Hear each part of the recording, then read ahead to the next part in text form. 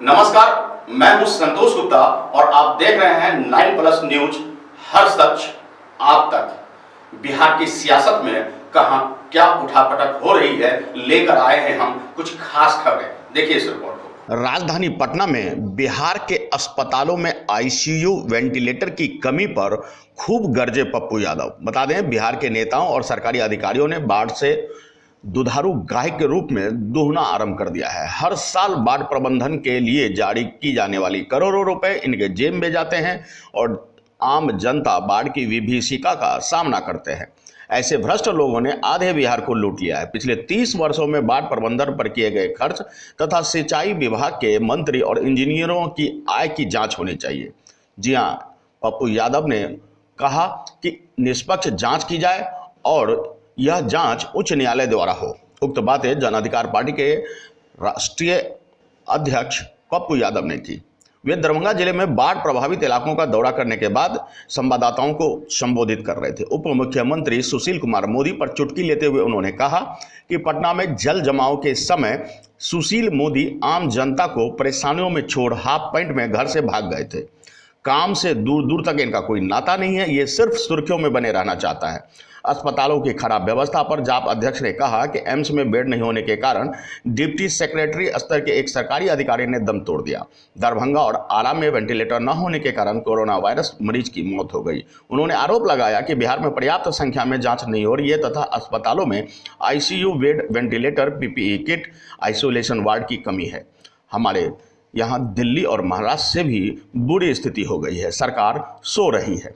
पप्पू यादव ने कहा कि जब कोरोना वायरस की स्थिति बिगड़ रही है तो राज्य सरकार अनुमंडल अस्पतालों में जांच की सुविधा क्यों नहीं कर रही। मेरा सवाल है कि जांच के बाद मरीजों को कहां भर्ती किया जाएगा और डॉक्टर कहां है। तमाम सवाल हैं जिनके जवाब ढूंढे जाने चाहिए। पप्पू यादव ने सरकार पर और बिहार के सुशासन बाबू नीतीश कुमार को खूब घेरा। पटना से रामजी प्रसाद की रिपोर्ट। सरकार से हम जानना चाहते हैं कि क्या किसी की जान बात की क्षति नहीं होगी और कोई भी देश खुद आत्मनिर्भर होता है, ना कि किसी दूसरे देश के बदौलत वो जीता। मरता क्या नहीं करता। जब नेपाल अपना देश है और वो पानी छोड़ सकता है तो हर साल नेपाल पर हम आश्रित क्यों? क्या हमारा टर्म्स एंड कंडीशन नेपाल के साथ भारत की संधि के बीच क्या पानी है? आज तक पानी। और जुलाई में नीतीश कुमार जी को याद क्यों आई कमला बांध? जो कमला बांध अगले साल टूटा था, जुलाई तक वो बांध नहीं बनी। 4.5 महीने के बाद क्या कारण?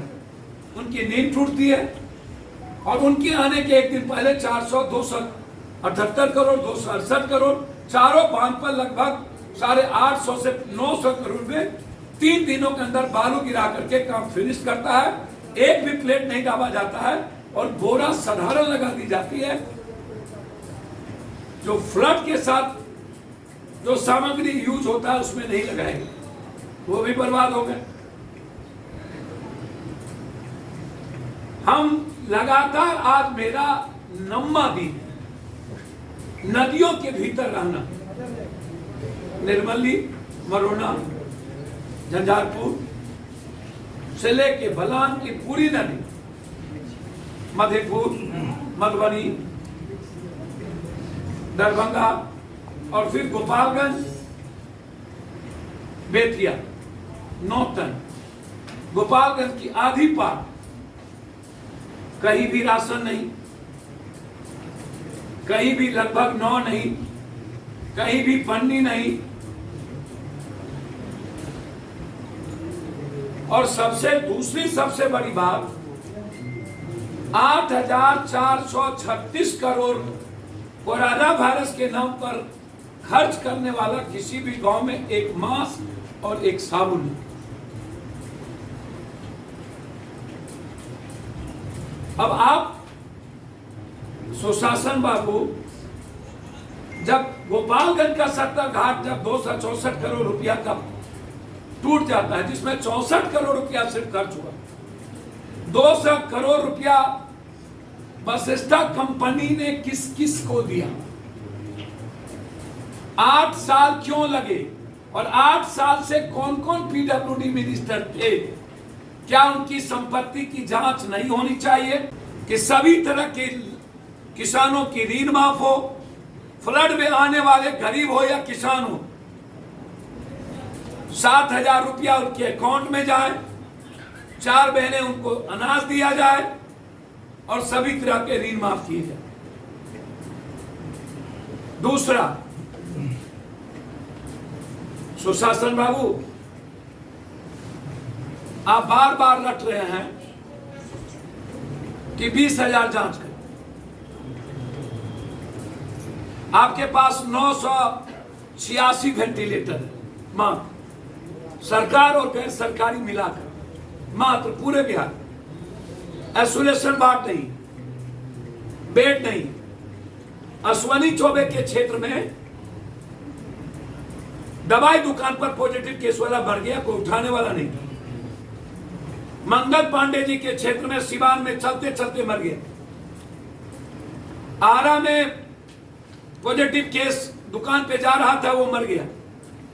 कटिहार में वेंटिलेटर नहीं रहने के चलते डेथ कर गया। लगातार डिप्टी सेक्रेटरी को कोई भी व्यवस्था नहीं मिली, एम्स में सीट नहीं मिला, वो डेथ कर गया। अब स्थिति यह है कि लोग एम्बुलेंस पर पॉजिटिव केस लेके घूम रहे हैं, कोई लेने वाला नहीं है। आईजीएमएस में ऑपरेशन बंद हो गई, पीएमसीएच की में आपने बंद कर दिया। अब आप प्राइवेट को 5 महीने के बाद, तो हम सुशासन से जानना चाहते हैं, जब जांच ही आपके यहां नहीं होगा, 3 दिन जांच में लगेंगे, 4 दिन जांच में लगेंगे, जब 18 घंटा 20 घंटा लोग खड़े होकर जांच देगा भी तो 1 सप्ताह तक, अभी तक बहुत सारे एमएलए के जांच नहीं आए, लेकिन मुख्यमंत्री और वीआईपी का जांच 2 घंटे में, डॉक्टर 9 लग जाएंगे, आईसीयू वार्ड बन जाएगा और सारे का सारा सरकार क्वारंटाइन हो जाएगा। अगर आपने अब तक हमारा चैनल सब्सक्राइब नहीं किया है तो सब्सक्राइब करें और बेल आइकन अवश्य दबाएं ताकि खबरों का नोटिफिकेशन आपको मिलता रहे।